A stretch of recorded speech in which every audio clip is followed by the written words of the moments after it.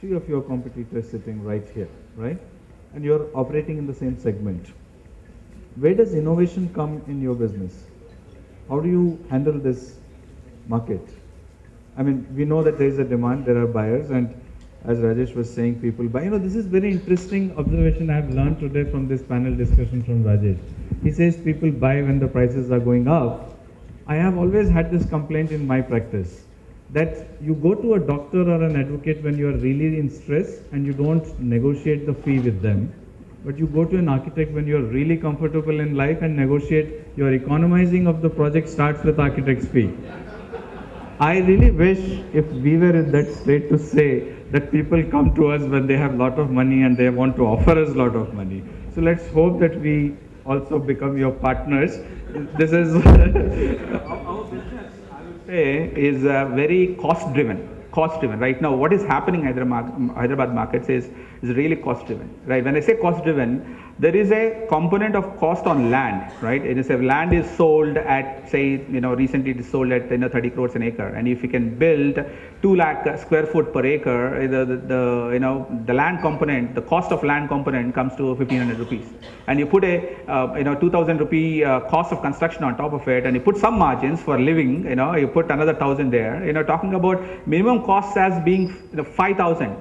And would the market absorb or not? Then as a developer, you would have to kind of build higher and higher to get the cost down. Okay, I think architects in the room, let's have another session on this with Rajesh, because we have different way of looking at it. How much difference in a fee of 1 or 1.5% makes? I mean, this is a different debate. So let me go back to Nandu on this, but that's a good point, right? Okay, so what innovation? I always thought that the innovation in their business should start with hiring a good, smart architect who looks good. No? Yeah, let me put it this way.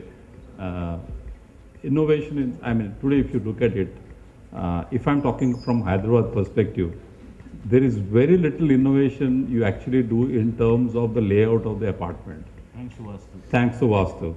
So you have the master bedroom in the southwest, you have the kitchen in the southeast, and what does that leave you? It doesn't leave you much. So that's one part. But apart from that, I think as a developer, where the areas where you can innovate is one in terms of the product that you are offering,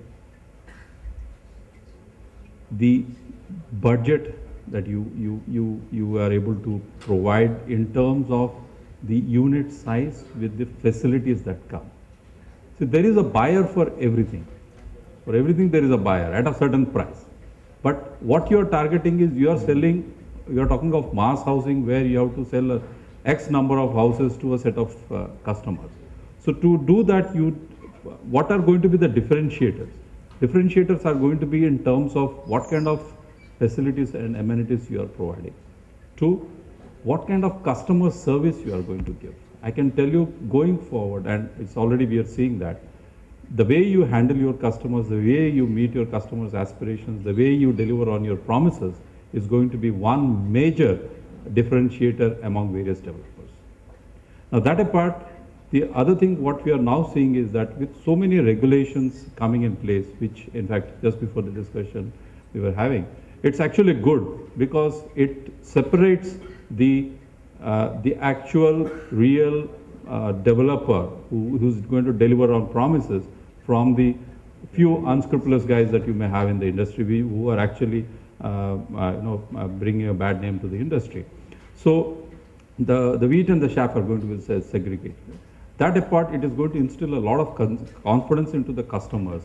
So all these things are actually working towards the benefit of the real estate developing into a more mature industry, which in the end is going to create a good platform.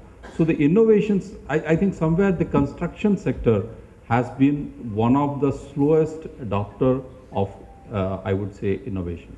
I mean, you would see, there are so many technologies, if I'm not wrong, prefab technology has been there for what, 30, 40 years? Yes, right. But how many developers are really using prefab technology? How many developers are going for the MyOne?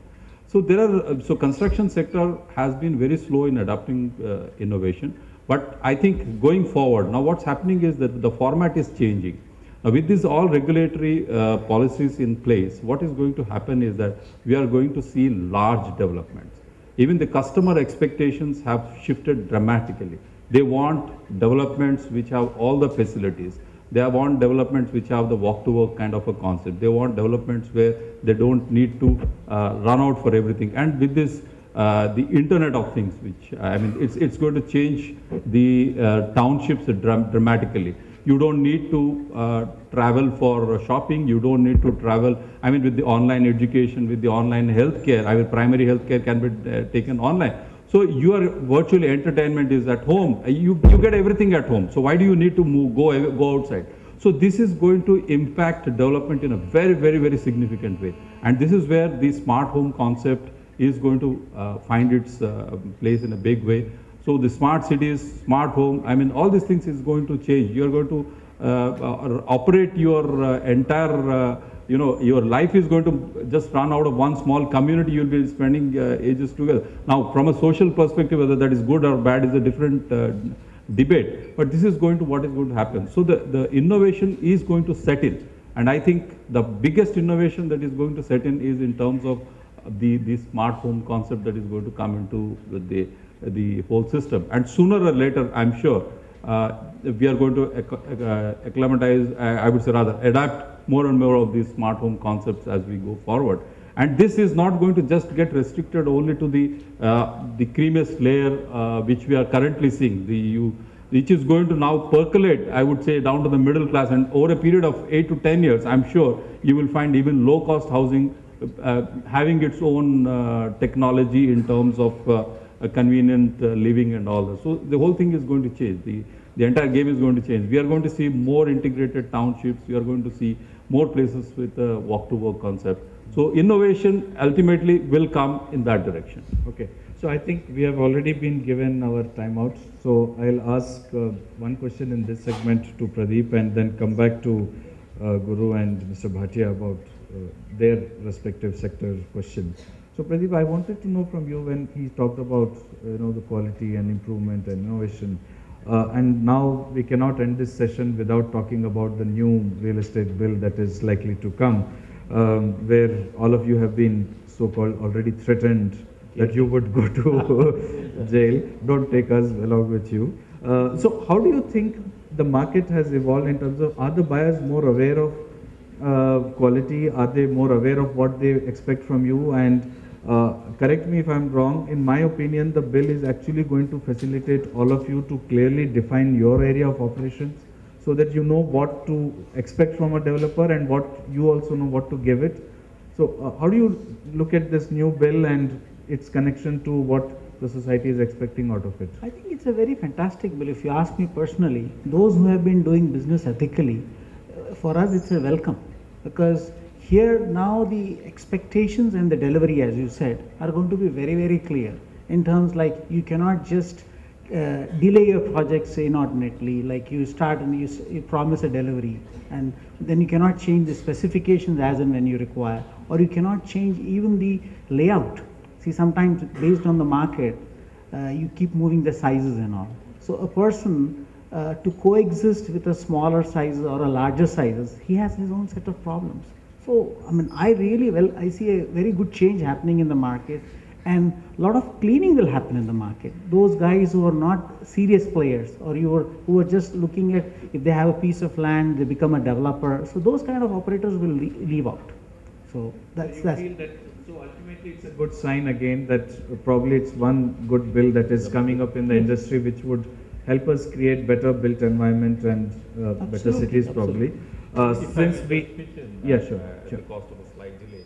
But there's one major concern which is left is that the 70% of the money or the sale proceeds that have go into the escrow account. Now this is a significant clause in the bill, because let's look at it this way. Say for example, in Hyderabad, if you see, you have to mortgage 10% of your units to the Urban Development Authority or the GHMC. So what happens is you are left with only 90% of the inventory on which you have to sell and build the entire project. Now, apart from this, you also understand the amount of investments that they have to do in terms of the land, for which they might have to borrow or they might be drawing. So what does it do? All this means that the builder is not left with enough money to actually use for growth. So So where does he get the additional money for growth if the entire proceeds of the sales, 70% goes here, Yeah, 10% goes here? So how does he fund his new projects? How does he acquire the raw material, which is the land? I agree with you in particularly this aspect, but I'm sure others will add value to it. But if you look at the bill in totality, which is also allowing now additional funds to come into the system, so would that not substitute or complement your Yeah, need of? I'll put it here. How many finance companies would fund land? Zero. Yeah, but Nobody would fund land. So where does the raw material come for a developer? okay. About the 70%. This 70% includes actually your finance cost, your establishment expenses, and your construction cost, etc., etc. See, the 30% what the government is leaving you, you invest for the future, because not at the cost of the customer's money, because you deliver the goods, you get the occupancy, you complete the things, release your 10%, then you move forward. Okay, so See, so I understand that it's a big debate. So in principle, the idea is that the land cost indirectly it is trying to say would be restricted to the 30% of the total project cost, which is also safeguarding your interest of not over investing something which is not so productive at the end of it. So there is a lot of interpretations. As an architect, I have tried to understand it, but I'm sure there are more economists and business and financial people who have understood it better, and I'm sure we will have another session for that. But I must conclude this session by the last two questions to. Bill, right? You can't close this particular topic with a big question: who's going to regulate the regulator? Okay. Okay, that's the biggest challenge that I'm seeing. As we move forward, it's additional. It's right now the industry is kind of slowly moving. The cycle wheel is moving. The wheel, but there is spokes into that. Which is various aspects of the business. And now there is a wrench into the wheel. Right? It's welcome. We welcome that without any hesitation. It gives credibility to the to the system. There is considering this a very unorganized sector. From a layman who lays the brick to senior guys who would run these businesses. It's unorganized, but it gives validity to it. But who's going to regulate the regulator? That's a big question. Okay, so let's now. Thank you so much for that. I was not prepared for this. Okay, so you always get me on to the wrong side. Okay, Mr. Bhatia. So innovation, when we were talking about from his point, it was more to do with business and how we do it. And don't worry, we have a question answer session, and I request the organizers to just give us 5 more minutes. In your sector, when you're talking about actual product oriented service, which is there, how is innovation brought in order to ultimately improve the built environment, and how does it get connected to the ultimate objectives of the real estate? The whole downturn which happened over the last 3-4 years made consumers a bit of circumspect. If I would say that last 3 years was financial innovation in selling houses, or you would pay after 5 years and all those kind of things, I think there was a financial innovation which I would say happened. Consumers are today looking at real product and service innovation. I think you nicely mentioned product and service. So what we try and do as a company is do a very deep research in consumer insights and what they're looking at. So today's consumers, when they look at houses, so I will quote some verbatim. They said, look, all houses look similar, but what I get when I get into my house, I'm looking at a space which is my own, and how would somebody allow it to be differentiated and distinct to bring something what I want out of it. So what does a wall do to me? What does my bathrooms do to me? What does my floors do to me? What does my kitchen do to me? Is all what consumers are looking at, I would say, meaningful innovations, so that they would select a project A versus project B. And I think that's where manufacturers like us, who would make products and services which would work with, I think, architects to ensure that we bring those differentiation alive, which I think enhances both the value that we deliver or you would deliver, and make the projects more meaningful, is something we would work as a company, and that's, I think, is a way forward. So I always had a very special line for him. If you see that ad where a marriage is kind of brought back because the WC cannot be partitioned between the divorcing couple. Interesting aspects. So Guru, what do we say? All these people are not going to increase the fees tomorrow morning. They're So- talking about fees. be thankful about it. Okay. Because when we started the practice, about 30 years back when I started practice, if I had to give a fee letter to a client, he used to be offended. Right. So now we have moved forward, so at least they're asking us, they're negotiating. Right. So taking clue from our developer friends here, so you see positive things for us in near future? Definitely, because I've had the opportunity of working with some of the good developers and builders. You see, like you said rightly, 30 years back or whatever, during our parents' time, it was only a home which we used to buy or build. Now it's actually a lifestyle, a dream which they're building. So because younger generation has become more aspirational, so they want a palace. So Aditya provides them a palace. So you see their buildings, you know, I mean, everybody wants to say, I live in that. No, I'm saying basically it has moved beyond just a nest. The house, it's become, you know, facilities. Whether I swim or not, I want to have a swimming pool in my complex. So from the regular 5-floor, you know, 20 feet cantilevered buildings, you know, occupying the setback, now the builders have become very aware. I don't think there's anything called as a deviation today with any builders. So people are also, they're feeling safer to invest into a building because they know that 99% of the builders, good builders, are not deviating. That's one thing. As far as the architects are concerned, innovations, one is at the planning stage, we can be more effective in space planning because optimization of space, the same 1000 square foot, how I can design better than a non-professional one. That is second. Third thing, even in the designing details, like Nandu was saying that, you know, we are not still open to you know, innovations in construction technology, but they're certainly open to innovations in smaller detailing, which I've been, you know, trying in some of our buildings. For example, having kitchen entirely built out of granite instead of a conventional brick, and you know, they're saving time, and it's a better product. The guy goes into a, so that is another thing.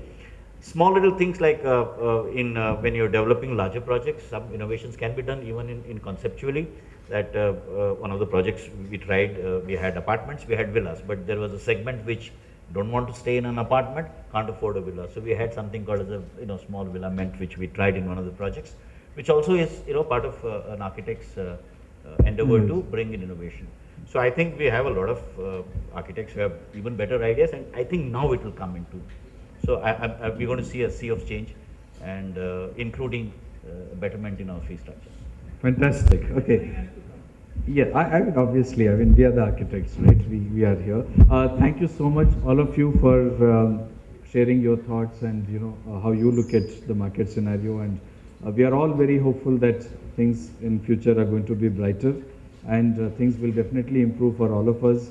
We architects will get more projects, better fee. You all will get better projects. We will see if they can kind of reduce your prices for all those who attended this conference today. So no, only for the people who are in this room, not otherwise. So only advice I have been given is that can we go offline as far as the question answer session is concerned. I just wanted to know how many of you would like to ask questions right now, and if there are very few, then maybe we'll quickly wrap it up. Otherwise, we have been advised. Sorry. Okay, please. I think one. Let's take one question. So, yeah, fantastic. So, my boss at the back. Yeah. Everybody in the panel. Very good evening to everybody in the distinguished panel. My question is very relevant to the current times. We spoke about the equitable distribution of the stress on the infrastructure of the city. What are the plans for Hyderabad, where the infrastructure is probably pretty archaic? It's about fit enough to support about 60 lakh or 25 to 30 lakh of people. Right now we are about 80 lakh population in Hyderabad. To prevent what has happened in Chennai in terms of flooding and other ecological disasters, are we moving somewhere along that line? In terms of taking preventive measures. Wow, that's a big one.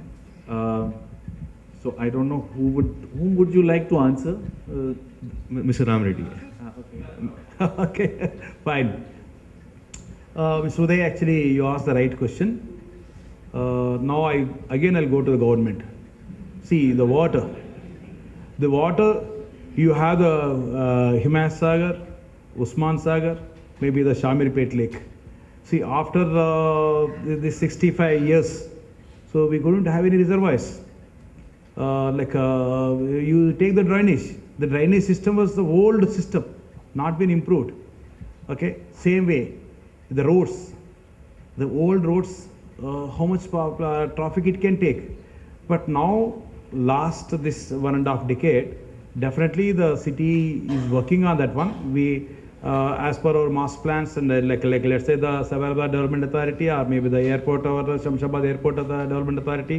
Now the comprehensive HMDA master plan, all these things actually giving you the scope for the development of various levels about the drainage system, water system, traffic systems, then your junction improvements, then the skyway bridges, you know, like this outer ring road with the radial roads and with like your spinal roads, that also giving you the facility.